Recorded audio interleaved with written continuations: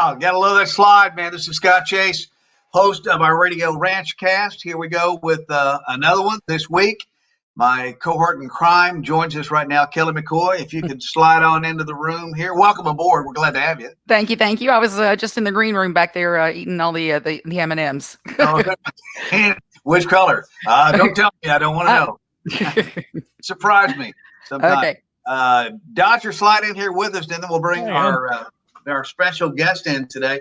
The Radio Ranchcast originated as we wanted to kind of get together and talk about things that happened years ago. And I don't remember really who coined the phrase Radio Ranch. It may have been on WKRP. I don't know. Or it may have been on Pineville Road. May have been our original fearless leader there. Nonetheless, it kind of became the Radio Ranch, and we thought we would get together and talk about some things that happened way back when, things that are happening today. Our special guest today has a history with KZ106 and a couple of different bands that he has played with. And now it's also our night personality on KZ106. If you would, please welcome the guy that rocks, Steve Gorman. Hello, Steve. How are you? How's everybody? Doing good. We're good, man. How about you? How are things? You live in Nashville. We've successfully navigated the Eastern Central Time Zone quadrant. So, I mean, the fact that we're all here at the same time says we're all doing great. That's as much as we could hope for in the modern era, I believe. Yeah, there were bets on the line with that. Of course there were.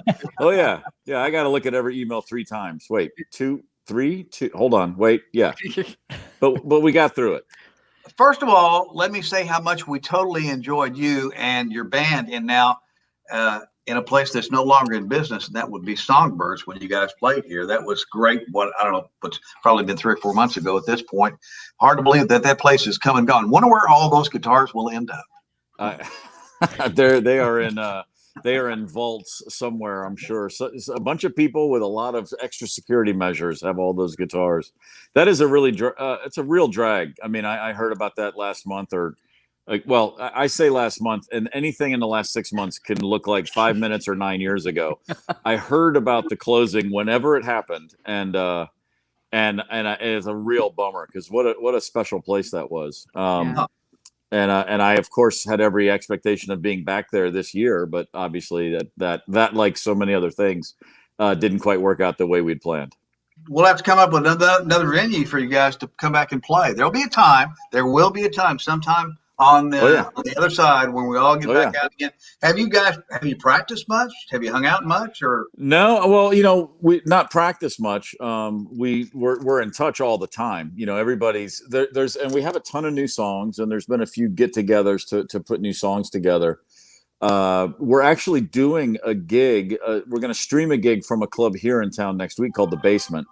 A bunch of clubs in Nashville are streaming performances. And so that'll be the first time we've actually played together. And, since I think March 7th was the last gig. So that'll be kind of cool. It's going to be interesting for me because I'm a one-armed man right now. So I'll be playing some kick and snare. The right hand's not a part of the gig, but we'll make it happen one way or the other.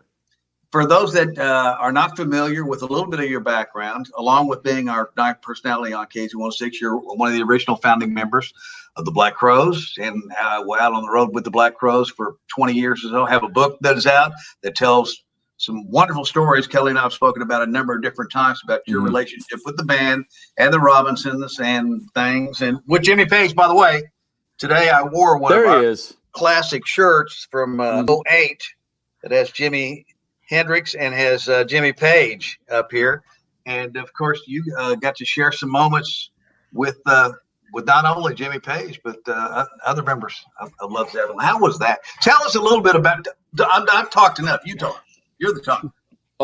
Playing with Jimmy Page and then specifically playing drums on a bunch of Led Zeppelin songs with Jimmy Page. This one might shock you, but it was awesome. It's pretty great, in terms of going far beyond anything I if people say, oh, it must be a dream come true. I never dreamed it. It was way beyond that. At no point in my life did I sit around and think, I think I'm going to go play a bunch of Zeppelin songs with Jimmy Page. That'd be nice. I better be ready for that. So like all the best things, it was totally unexpected and completely organic. And, he liked our band. we kind of like his music, and it all just worked. It was supposed to be a one-off. It was a 45-minute set for a charity gig in London in 1999 that led to 2 tours and a live album, and an absolute blast for me, start to finish. 10 Years Gone is my default favorite Led Zeppelin song of all time. We played it every gig. That song would start, he'd hit that opening riff, and every night that I would just have goosebumps. I mean, every time, and that's the one moment of every show where it would hit me like, okay, I'm just going to enjoy the fact that I'm doing this. I'm going to stop focusing on the task at hand. I've got a good solid minute before the drums are needed. I'm going to soak this in every night, and then I'll get my focus back. So the whole thing was great. How similar were the riffs and the lead licks each and every night? Did he go this direction, that direction? Well, the solos would go.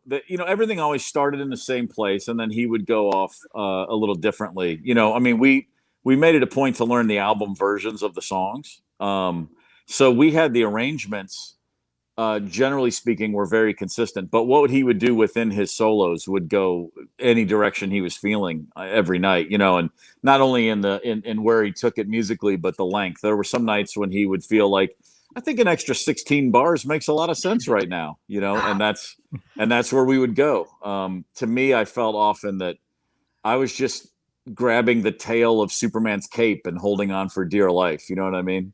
It's pretty fantastic. Oh my gosh, I can only imagine. So being in the same room with not only Jimmy Page, but with Robert Plant, how must that be? I mean, well, at the time, these things are always totally normal. If when you're, because we're doing our job, it's what we do. We play music, we hang out with other musicians. That stuff's always in the moment. It's the most natural thing in the world. It's only later, it's when you get back to the hotel and you're trying to fall asleep that you go, oh my God, we just played with Jimmy Page. That was awesome. But I mean, it's a testament to those two guys, for example, that you named, Robert and Jimmy. They're both just wonderful, gracious people. They were always very welcoming and accommodating to the Black Crowes. As a younger band, Robert especially played a huge part in our development. We toured with him on our first album, and he was beyond gracious and encouraging. And that there's no way to quantify what that means to a young band when Robert Plant gives you his stamp of approval. And then beyond that, when he actually just likes hanging out and telling stories and hearing your stories, he's just very much a guy that we got to know, and we called him Uncle Bob, and then again, that tour ends, and then you go home and your friends go, you hung out with Robert Plant. And then you got to remind yourself, oh yeah, that's that guy. It's the best of all worlds. When it's happening, it feels totally natural and normal. And then when it's over, you go home and think, well, that was pretty amazing. What's the biggest crowd that you guys ever played for? Was that the big Monsters of Classic Rock tour or something, maybe? Monsters of Rock Tour 91. Yeah. We did the show. We played in Moscow in September of 91. And there were they said 600,000 people. It looked like 9 billion. So if they say that's 600,000, I'll take their word for it. And the funny part of that was the officials in Russia at the time, it was still the Soviet Union until about 3 months later. That was right at the end of the Soviet Union. The people that helped put the show on kept apologizing to all of the artists, saying, we really were hoping for 1 million. We're so sorry. And, they're apologizing for that. And then you're looking out at, just imagine the biggest concert crowd you've ever seen, and then multiply it by 5 or 6 times. All any of the artists said was, that's okay. This is okay. We're fine. This is enough. Kelly, what do you see at that point in time in a crowd? Do you just see the front row and that's about it, and it just becomes a sea of nothing out there? Or yeah, you see, well, the first 30. There's no rows. It's just a field. It's just it's like looking into a big vat of chili, and you're like, I see some beef and some beans and some tomatoes in there. It does lose all semblance of order really quickly, and. This was a month and a half after there'd been a desperate coup attempt. I mean, if you remember your history, August of 91, there were tanks going through the streets of Moscow. A bunch of the old guard military guys were not interested in the Soviet Union fading, and they tried a military takeover, and it was repelled. And 6 weeks later, here comes AC/DC and Metallica and Motley Crue and the Black Crowes to play a concert. It was really heady times. So the mood in Moscow was really intense. A lot of people had no idea what the future held, and all of a sudden, for one day, they got to go to a field and just cut loose, and it was intense, very, very intense, in every direction. Every emotion imaginable was on display that day. Kelly's the one that wrote. You read the book to begin with quicker than anybody else. You've quoted some different passages from there. Pull out a nugget that you'd like to hear more about, Kelly. I know there's something that you want to ask. I honestly, I find the way that you got your start playing music totally fascinating, because you didn't grow up doing it. That was not really your calling. And by the time you made the move to Atlanta, it was what, a borrowed drum set or something like that? Well, that's all I had before it's a weird story in that the only thing I ever wanted to do was play drums, and it took me a while to get around to doing anything about it. I was obsessed with that idea from the time I was 6 years old. But the long story short, I never had a drum kit until I was 21. I moved to Atlanta to start a band with friends. I talked myself into this band and convinced them I had already been playing regularly, like all the time. And the truth is, I'd only borrowed a kit on a handful of times and played. So, I think the total amount of time I'd ever sat at a drum kit in my life was, definitely less than 12 hours. And suddenly I'm moving to Atlanta with a bunch of money in my pocket, and I had to go buy a drum kit. I went from a place where I set that kit up the first time and was nervous because I was like, man, they're going to find out I'm just completely lying really soon. Like, I don't really know what's happening. And, 3 months from that, 3 months later to the week, I was actually in a studio doing a demo, as it turned out, for A&M Records. So, never underestimate your ability to BS your way well in over your head, especially that. I could always play. I always had obviously a natural proclivity, or whatever the word would be. I always knew I could play. And then anytime I did, what I was lacking was experience, but I had the ability and I had the understanding of what, in my mind, drummers are supposed to do, in a musical situation. So it was just a matter of getting behind the hours to where I could reasonably fake it. And so, it fell into place pretty quickly. And when you're 21 years old, 3 months feels like forever at a time before cell phones and before the internet. And when you don't have a TV and, you're just, every day is as long as you could possibly make it. And so the learning curve early on in any new endeavor is pretty steep. So those 3 months, 6 months, the first year, if you saw me play drums every 4 weeks, every month, if you came and checked back in, I was better than the last time. That first year is, for any musician, if you've got the talent, and you're applying yourself, that first year is probably the biggest year you have. You never learn more than you do that first time. It's like anything else. It's like a golfer. You're gonna get to where you're shooting in the 90s really fast. Then it gets a little tougher, but you go from 130 to 95 pretty quick. We're spending some time with Steve Gorman. He's with Trigger Hippie. He is night personality delivered by Westwood One, our parent company, as our night jock on KZ1067 until midnight. Was one of the original members of the Black Crowes. Did some sports radio for a while. What do you think about the lay of the land about sports this fall, man? I know you have a take on that. I'm taking everything I can get and assuming it's the last game I'll see for a while. And tonight, Thursday night football tonight is no exception. I will watch it and I'll be thrilled to see it. I'm looking forward to the Titans game out in Denver, and then we'll see if week 2 happens. I think that's the only way to approach this with any sort of sanity. It's just been. It's really odd because I've told people this. I really haven't missed sports.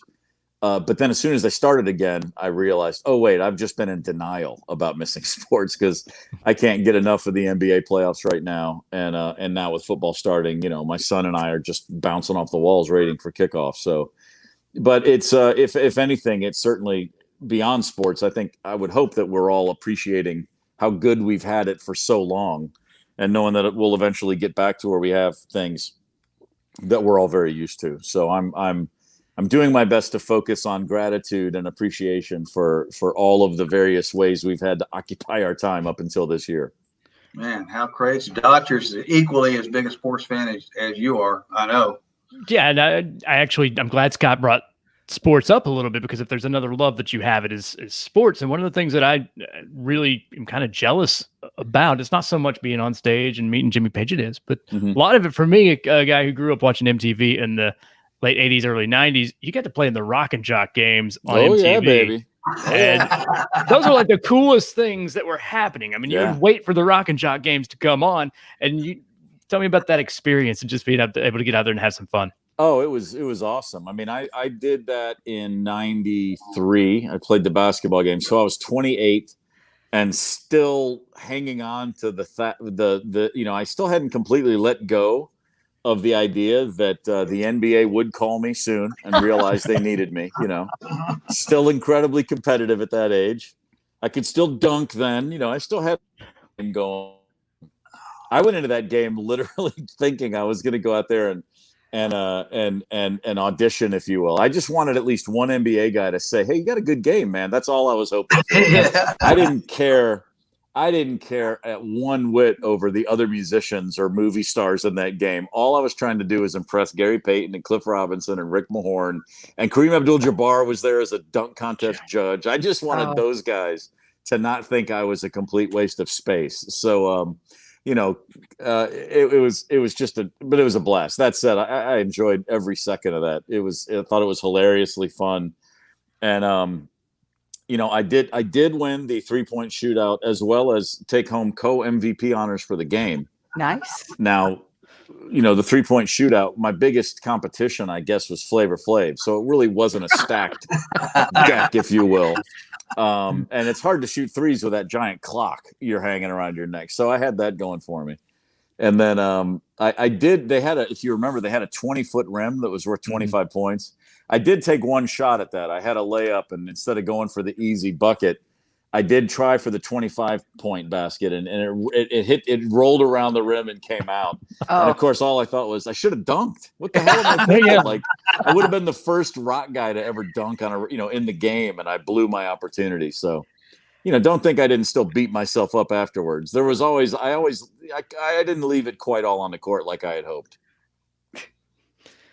Those were fun. Those were fun to sit and watch. You want to talk about being in over your head? It is funny though, because there was a moment when I came across midcourt dribbling, and I looked up and Gary Payton was guarding me. I was like, and I just looked at him and I thought, wow, he could take this ball so quickly if he really decided that's what he wanted to do. I would be defenseless against this man. It was pretty awesome. I'm sure you watched The Last Dance, and you know that he shut down MJ. So. Oh well, it's some would say yes.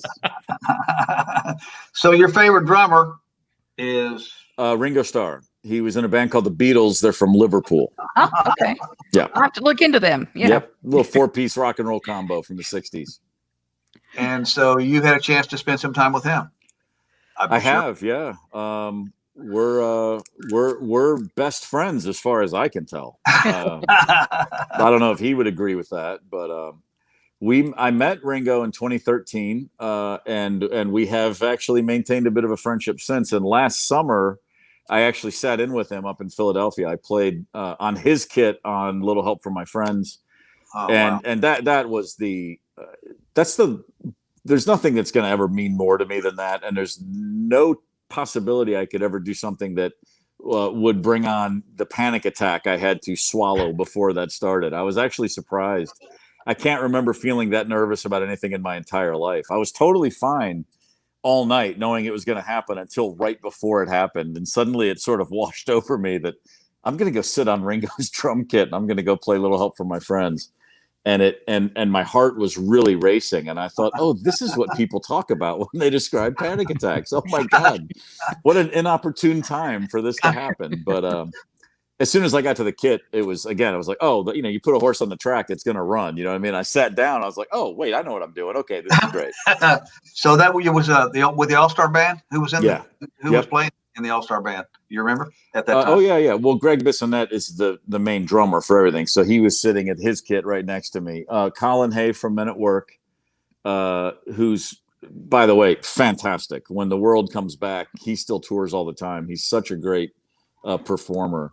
Greg Raleigh is playing keys. I'm spacing. Steve Lukather from Toto playing guitar. Okay. And then Hamish Stewart from Average White Band playing bass and guitar. And he is a monster himself. And I'm leaving out someone who I'll remember when I stop thinking about it. But it was a great, great show. Your radio show is good. It's really good. I mean, thank you. It's how do you put it together? And how did April Rose end up partnering up with you? Well, I hope it's good because it's playing great songs and talking about them. I would it's kind of like, this is kind of a cool gig, April is someone that, when we were putting the show together, some of the guys at the network had already worked with her on various projects, and it was just, it wasn't my idea. I mean, one of the guys, Troy Hansen, who I guess some of you, if not all of you know, had said, hey, when we were discussing having someone else with the show, he suggested April. He'd worked with her and we met and it clicked and it worked out great. It was as things do, they take forever to fall into place, and then all of a sudden they fall into place perfectly and you're off and running. And so what over a few months' time, throwing a bunch of ideas against the wall, once we had that piece in place, it was like, I think we've got a radio show here. Let's go try to make this happen. And in fact, this week is a year since we, last September 9th was our first show. So we're officially a year into it's weird. We had 6 months of a radio show that felt normal. And then now we've had 6 months on the fly adjusting to the world as everybody else has. Yeah. I'll be glad to get on the other side of that. Right. Yeah. What adjustments have you had to make? I mean, obviously you're not in the studio. No, just that. It was the idea that we're putting a show together every day, and it's like literally the first question is, well, how are we going to do this? Like right away we got buildings that you got radio studios that are off limits. Thankfully, there's a whole lot of people way smarter than I am about how technical things work who said, well, we're going to get you some hardware. And we're going to get you a microphone. We're going to get you these things. And we just had to put it together. There's a little bit of trial and error as far as how do April and I get on. All of a sudden we're recording together, but we're not in the same room anymore. And, like anything, it's just trial and error. And really quickly we put together a workflow that made sense for everybody. I mean, to me, it's just a matter of, okay, what room in my house am I going to set up to call a studio now? We had the luxury of going to a really nice radio studio for a while, and then suddenly we're all stuck in our homes doing the show. But it's still, it's all, any radio show is a work in progress. You just keep moving forward. And I think we've hit a really nice groove. It's a great company, great show. It really is. I think you do you're a wonderful storyteller, and you have the stories too. It's not like you're making them up, which makes them extra special. Oh no, I make almost everything. Nothing I've said today is true. I'm just winging this. If you asked me the same questions tomorrow, you'd get entirely different answers. All brand new and fresh. Like we're talking with somebody totally different. Oh, that's funny. It's funny. Yeah. So let's talk about music for just a minute, because I have a question that actually one of our listeners posted on our Facebook page and wanted to know, what is your favorite Black Crowes song? Oh, I don't know. I mean, it was always on a day-by-day basis, whichever one didn't annoy me when we were playing it. You know what I mean? Like you look at a set list and you look forward to certain things, and then that's the song when a stick breaks or a cymbal cracks or something. I always took it very day at a time. There were certain nights where I'd come off the stage and say, man, we'll never play that song better. That's the best Black Moon Creepin' you'll ever hear. And I love it. And then the next time we'd play it, it would be the exact opposite. And I would never want to play that song again. You just never know. When it's your own music, it's impossible to answer that kind of question. Honestly, I mean, I could say something, but tomorrow that actually would be a different answer. So we know the largest venue you've played, Kisses, famously said they played in front of like 3 people at one point in time. What's the smallest crowd you played? Oh, we played the basement of a Chinese restaurant in Greensboro, North Carolina to nobody in 1988. That no one was there. Nobody? No, there was this little club, and upstairs was a Chinese restaurant, and we took the gig because they said we'll let you eat. You get dinner plus the door. So we had already eaten. And so when we said to the guy that was running the club, we said, "Look, dude, no one's here." He goes, "Well, you already ate, so you got to play." So we got up and we played a set to literally nobody. What year was that? Do you remember? 1988. Yeah. Wow. We were in the process of, we were under the impression that we were going to make an album soon. We were talking with a producer who was going to sign us. And it was the guy who ultimately did sign us and produce Shake Your Moneymaker, George Jakulius. But we had very little going for us. We had a gig in Chapel Hill and maybe a gig in Raleigh as well. 2 gigs really close to each other.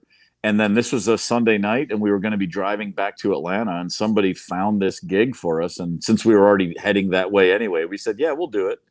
And, I have no idea why we'd never been to Greensboro before or since. Or we've been there since, but we'd never been there. And like I said, honestly, we just saw it as, well, it's free food. Let's do it, So, and that is all we got out of the experience. So how do you feel about Chinese food today? Love it. Okay. Absolutely love it. So it didn't sour you. How's your book selling? Is it sad? And what's the feedback? It's done very well. The paperback came out in May, and that had a big uptick. It's actually the Spanish version was just released in a bunch of territories, so that's a big deal to get it into another language. And then there's a Portuguese and a Dutch and a German and a French, all apparently in the works. And I don't know a timetable for any of those releases yet, but that's coming down the road as well. But it's been great. When you're putting together a book like that, do you have memoirs? Do you have notes that you kept over the years, or is it literally just all in your head and you're going back through and that's going to be based on this, that, and other? It has to be this year. No, I was just cursed with a very strong linear memory. And believe me when I say that, it's a blessing sometimes, and it's usually a curse because I would love to free up a lot of the hard drive and make room for some new information, but it's getting tougher as I get older. No, I sat down to, we did a framework for the book ahead of time. My Stephen Hayden, who helped me with the book, he's a great writer. And I called him and said, look, I'm going to write this thing, but I don't know how to write a book. It's more like, I look at it like I wrote the songs and he produced the album. You know what I mean? Like I said, I'm just concerned that if I start writing this, I'm going to write it for 11 years. I'm going to just keep going. And so he said, well, let's put together, let's frame it out. Let's get a blueprint for where we want to go. And so we sat together for hours and hours over a few weekends here and there. And he just would say, and I remember things, I have a great chronological memory. I put things in order.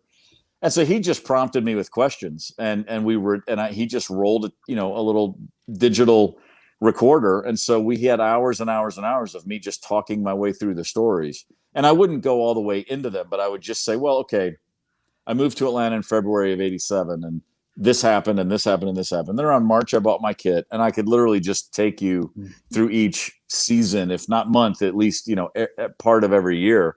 And we just framed out what we thought was the overall narrative of the book.